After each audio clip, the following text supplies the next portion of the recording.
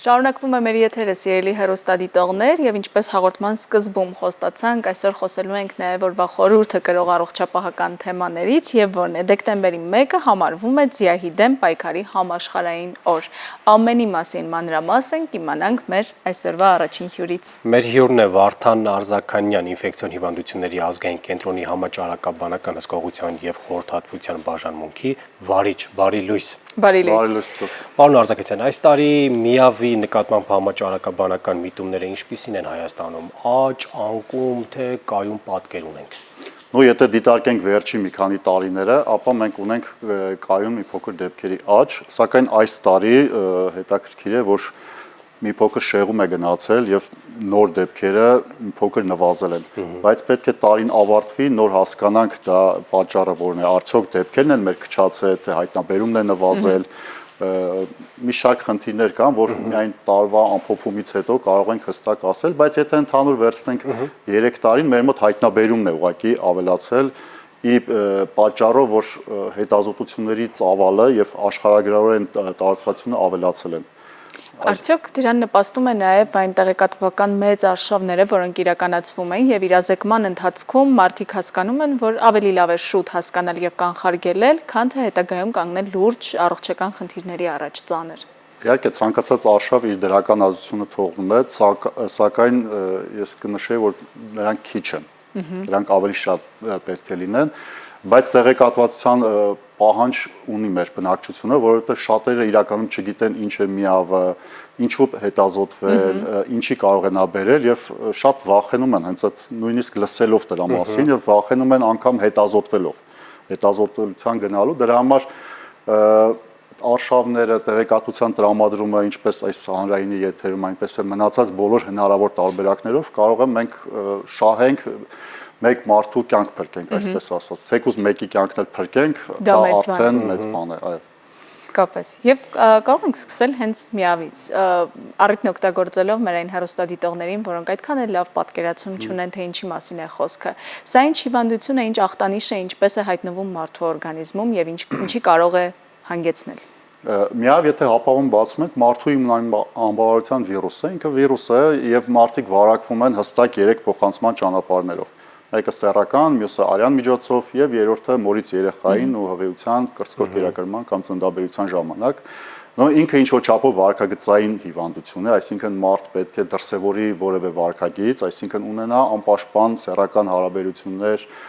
անծանոթ օրինակ մարդկանց հետ, օգտագործի թմրամիջոց ներարկային ճանապարհով, համատեղ օգտագործելով այլ թմրամոլի ներարկիչ օրինակ, միայն այդ ճանապարհով հնարավոր է վարակվել։ Եվ եթե դու հստակ գիտես փոխանցման ուղիները եւ գիտես ինչպես կանխարգելել, սկզբունքորեն կարելի է չվարակվել։ Այսինքն չունենալ այսպես ասած արտամուստական հարաբերություններ կամ եթե ունենում ես միայն պաշտպանված, այսինքն պահպանակի օգտագործումով, չունենալ թմրամիջոցների օգտագործում ընդհանրապես, իսկ եթե ինչ-ինչ պատճառներով կիրառում է, ապա միայն իր ներարկիչով եւ իր ասեղով։ Եվ ամբողջ հետաքրքրությունը հիվանդության կայանում է նրանում, որ մարդ վարակվելով որևէ ձև կարող է տարիների ընթացքում չունենալ որևէ խնդիր։ Այո, մարդ կարող է առողջ ապրել, որևէ ձև չտարբերվել, չունենալ կլինիկական որևէ դրսևորում, մինչև հասնի ինչ-որ մի մակարդակ, երբ որ իմունային համակարգը ընկճվի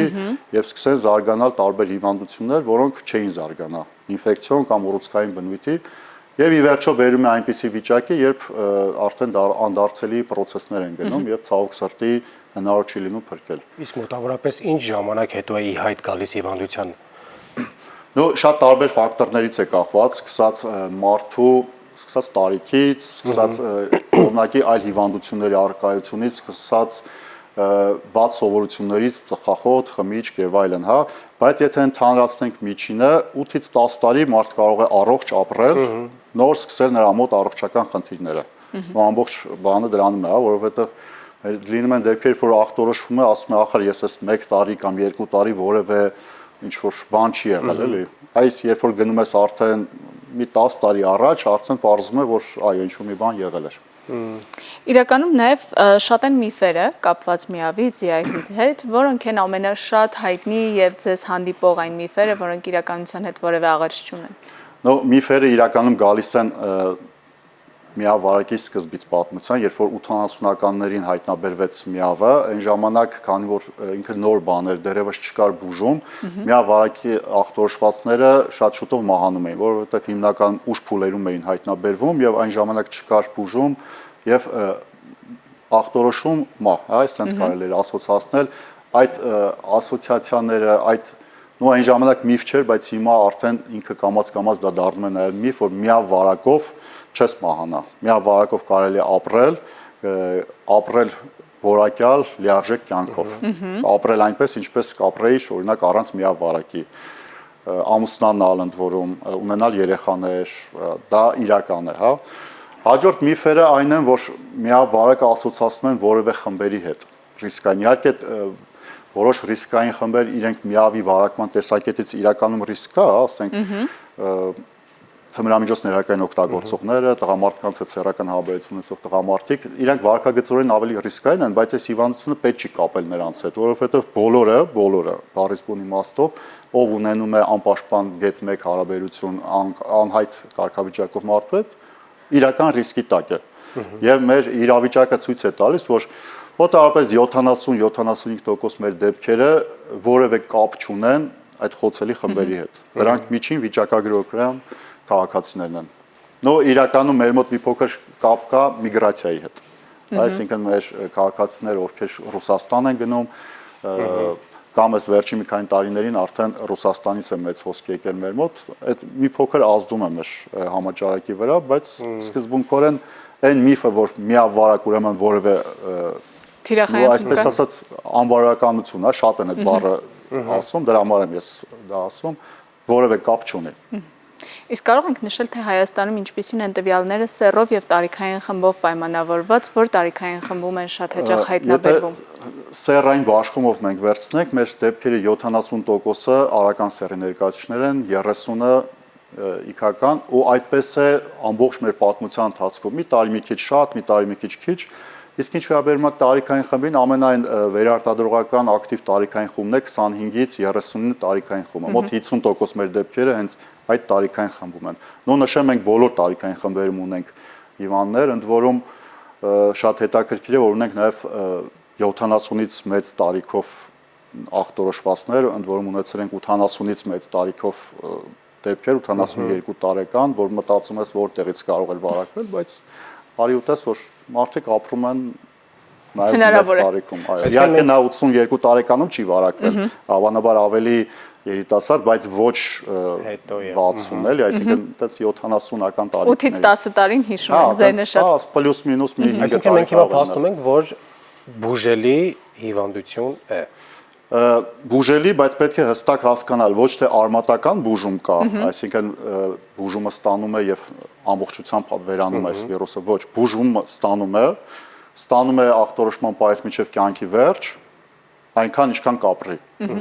Եվ լիարժեք կյանքով ապրում է, այո, ինքը դարձել է հիմա կառավարելի հիվանդություն, այսպես կարելի արդեն դարձել է, այո։ Բայց մի խնդիր կա, որ պետք է հստակ իր դեղամիջոցները ընդունի ըստ նշանակումների, այո։ Խոսենք նաև հետազոտությունների մասին, Հայաստանում ինչ վիճակագրություն ունենք, արդյոք մարդիկ դիմում են ինքնակամ, թե նաև կա այնպիսի ծրագրեր, որոնք օգնում են մարդկանց տեղեկացված լինել եւ պարտադիր գուցե բուժզննություն անցնել, որպեսզի հայտնաբերումը ել ավելի մեծ ծավալներով լինի։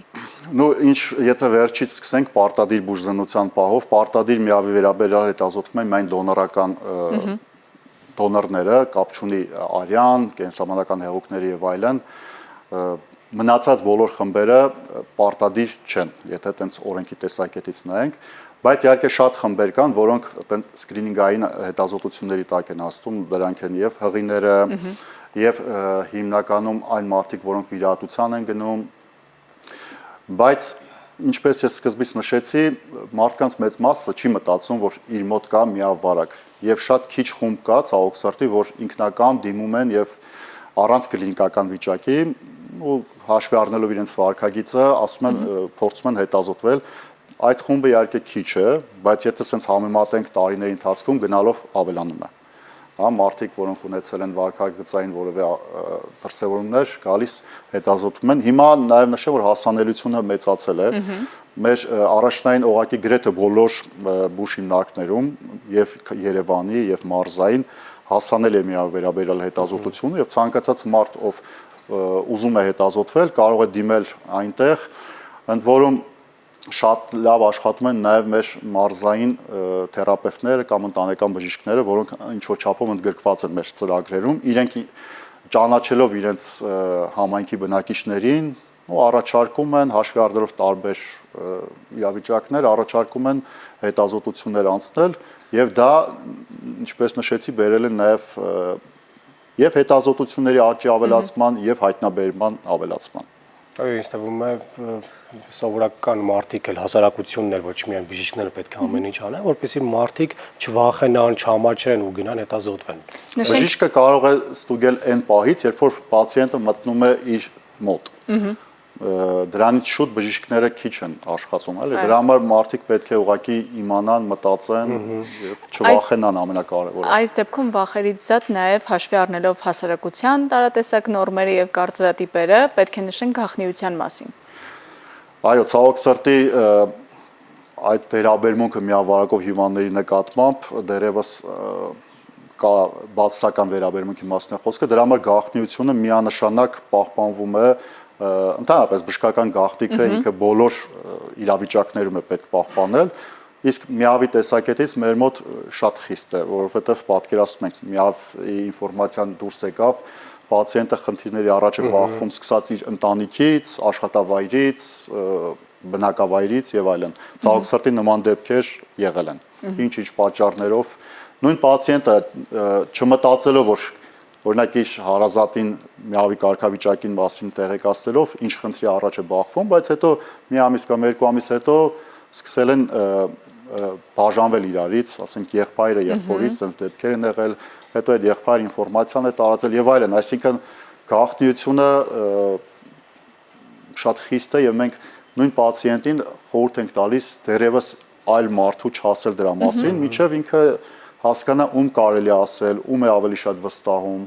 եւ բայց մի բան էլ կա, որ մենակ պահել է հիվանդությունը մի քիչ դժվար է։ Պացիենտի համար շատ հեշտ է լինում, երբ որ իր հարազատը, ու շատ մտերիմ հարազատը, հարազատներից մի քանիսը իմանում են դրա մասին, որովհետեւ ճիշտ է, աջակցության կարիք են միշտ մարդիկ զգում, խորհրդի, աջակցության, հոգեբանական եւ այլն, հա։ Քանի որ նաև խոսեցինք հղիների մասին, հղիություն պլանավորելիս, եթե հայտնաբերվել է այս միավարակը, ինչ կարելի է անել եւ ինչ է խորհուրդ տալիս այս դեպքում բժշկությունը ապացուցողական։ Ես արդեն նշեցի, որ հղիների շրջանում սկրինինգային հետազոտություններ են իրականացվում, ընդ որում հղիության երկու տարբեր ժամկետներում եւ եթե նրանց մոտ հղիի մոտ հայտնաբերվում է միավարակ, հղին ստանում է նույն բուժումը,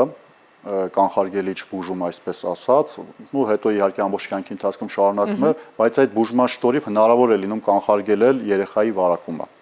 Այսինքն մեր բոլոր այն դեպքերը, բոլոր այն հղիները, որոնք ախտորոշվել են հղիության ընթացքում միավարակ, ստանալով կանխարգելիչ բուժում, առողջ երեխաներ են ունենում։ Հիանալի է, այնպես որ հղիություն պլանավորելիս եւս կարելի է այս կետին ուշադրություն դարձնել։ Հետաքրքիր բան էլ ասեմ, մենք շատ միավարակով կանայք ունենք, որոնք արդեն իսկ իմանալով իրենց կարգավիճակը հղիանում նոր երեխաներ են ունենում, երկրորդ երեխան, երրորդ երեխան, ինչու՞ չէ նաև չորրորդ երեխաները։ Եվ մի հետաքրքիր բան էլ ասեմ, մենք արդեն իսկ ունենք միավարակով ծնված երեխա, որը հիմա ունի առողջ երեխա։ Այսինքն ինքը ծնվել է միավով, ու արդեն 20 քանի տարեկան է եւ ունի առողջ երեխա։ Շատ լավ է։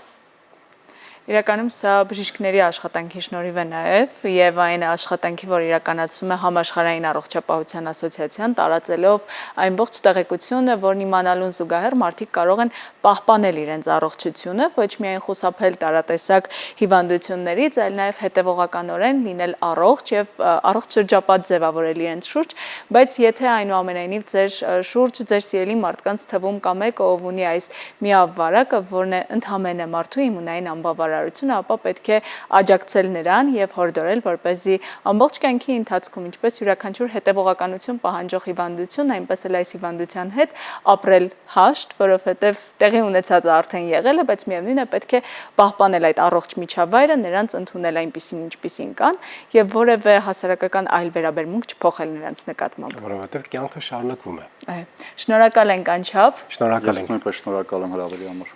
Շնորհակալություն, իսկ մենք սիրելիներ շարունակենք եթերը շարժվելով առաջ։